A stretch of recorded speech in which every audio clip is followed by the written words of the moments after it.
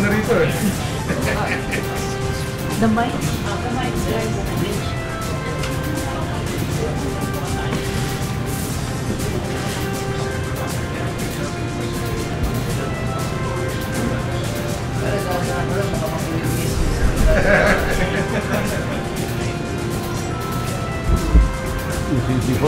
Ay, sir.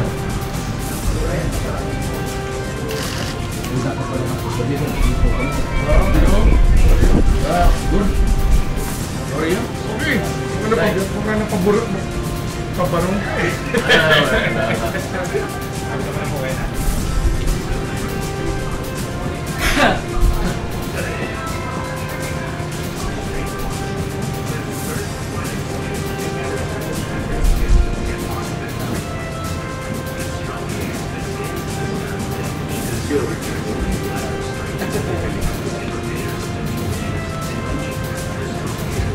Tagal mo nang iniisip, hindi naman sa kinakabahan ka, pero gusto mo na rin matapos, di ba?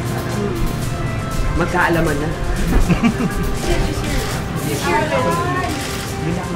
Monday, matanong kung nasan yung mic.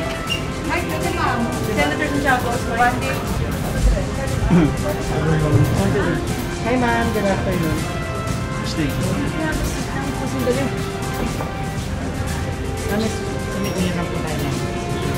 Mahigpit po ang labanan, kaya kailangan maging mapanuri. Wala na pong atrasan, pakinggan at kilatisin ang susunod na pinuno ng ating bayan.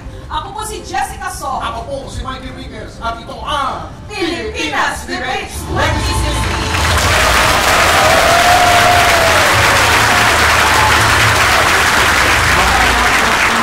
Ang takto, pinakaabangan ng buong bayan.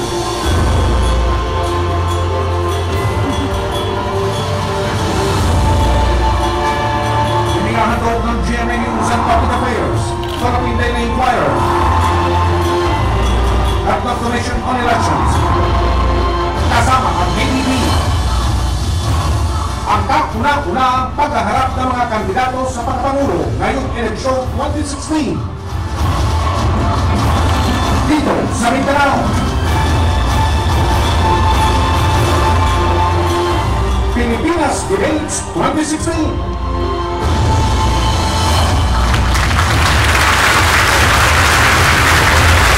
Mga kababayan, assalamualaikum.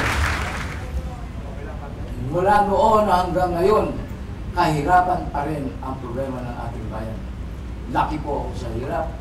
Nakaranas po ako ng kahirapan. Kaya naman ako ay manungkulan sa pamahalaan. Pinuunan ko po ang problema ng kahirapan. Sa Makati, napababa ako ang bilang ng mahirap.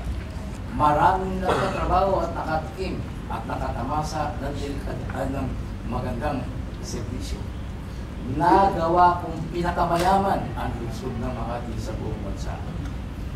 Dahil sa gustong pumayahon tayo sa kahirapan, siniraan ako at ang aking pamilya ng mga bagay-bagay kadalasan. So ako ay mamumuno mga kababayan dito sa ating bansa.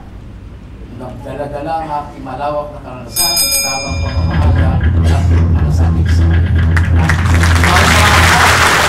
May hapon sa inyong mga tanan, bisa nalita ko kaina, ang aeroplano ko kaina, nalilipayan din ako, nga nakalabot ako akong din. Ay, gusto ko na kanina, swimming na lang ako from There are many things we are rich in this country. We are rich in natural resources. We are rich in people resources.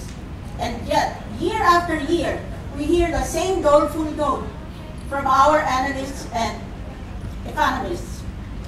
We are one of the poorest countries in the 10 Asian member community. Why are we so poor? The answer is because everybody wants to have the money of the government in his own pocket. Tanan sila, lahat sila. Pag nag-presidente ako, nila. So what our country needs really is a sense of shared destiny. Ma'am Miriam is here. She's one of the two only qualified to run this country.